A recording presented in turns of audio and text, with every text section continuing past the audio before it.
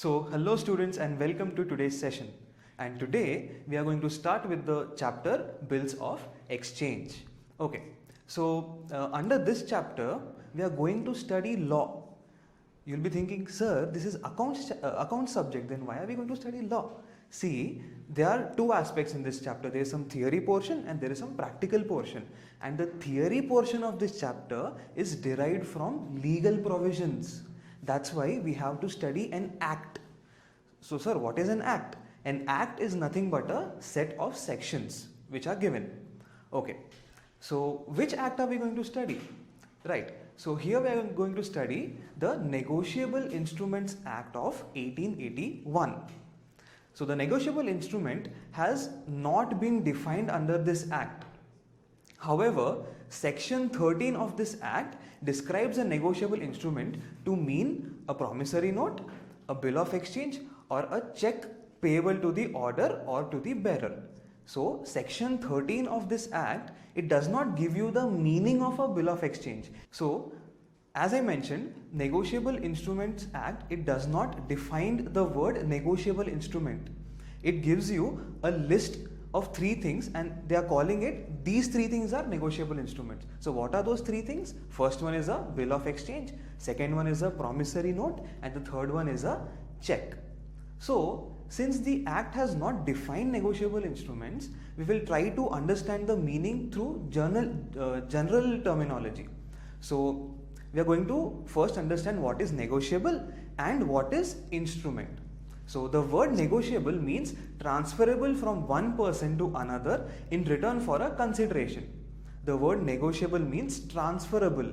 It can be transferred from one person to another for consideration, means for a sum of money in return. That's called consideration.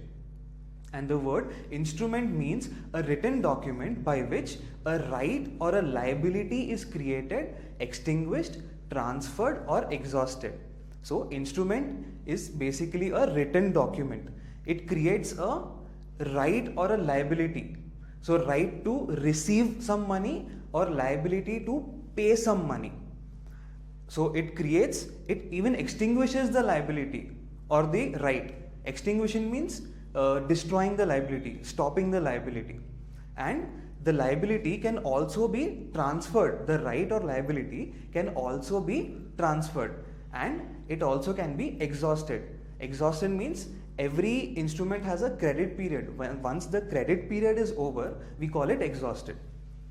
So therefore, a negotiable instrument is a document which entitles a person a sum of money which is transferable from one person to another by mere delivery or endorsement.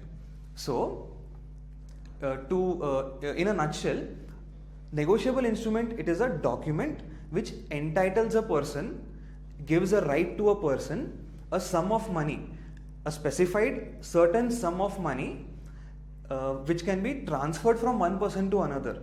The negotiable instrument can be handed over, can be given from one person to another either through mere delivery means just handing it over, or through endorsement. Now what is endorsement? So endorsement is basically a formal term given to transfer itself.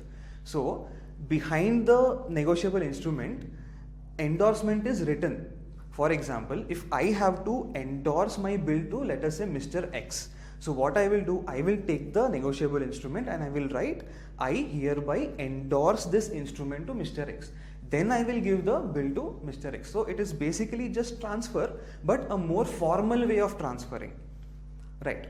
The negotiable instruments are playing a vital role in the business world. Why? Because these days credit transactions are gaining more and more importance, right? That's why in day-to-day business, negotiable instruments, they facilitate credit transactions. So in India, the law relating to negotiable instruments is contained in the Negotiable Instruments Act 1881, as I mentioned before. The act came into force on 1st March 1882. The act was subsequently amended in 1988 in certain aspects. So the date when the act started is 1st March 1882 and subsequently some modifications were made in the act in 1988. So according to Justice Wills, A negotiable instrument is the property which is acquired by anyone who takes it bona fide and for value notwithstanding any defect of title in the person from whom it was took.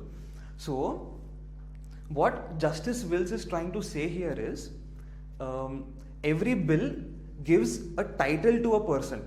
So that title, either it can be defective or it can be bona fide. So what do you mean by bona fide? Bona fide means genuine title. For example, if I steal a bill from someone, I get a defective title because I did not obtain the instrument through right means. I obtained it from wrong means. So my title is defective. Suppose if I purchase a instrument, now my title is bona fide, means it is correct, it is genuine. So what Justice Wills is saying here is, when the instrument is transferred from one person to another, it rectifies the defect. For example, if Mr. X has obtained a bill by stealing it from someone, Mr. X obtained a bill by stealing it from someone and subsequently gave the bill to Y. Y has not stolen anything. Y has genuinely purchased the bill from X. So X had a defective title, but after the transfer, Y will get a bona fide title or a genuine title. So moving further, some of the documents that are being used for carrying out the business and monetary transactions. So this is just a description given about negotiable instruments. These are documents which are used to carry out some transactions like sale or exchange. In this case, if these instruments fulfill some conditions, then they are called negotiable instruments. So this instrument which facilitates these transactions, it needs to fulfill some conditions, and once those conditions are fulfilled, we call them a negotiable instrument.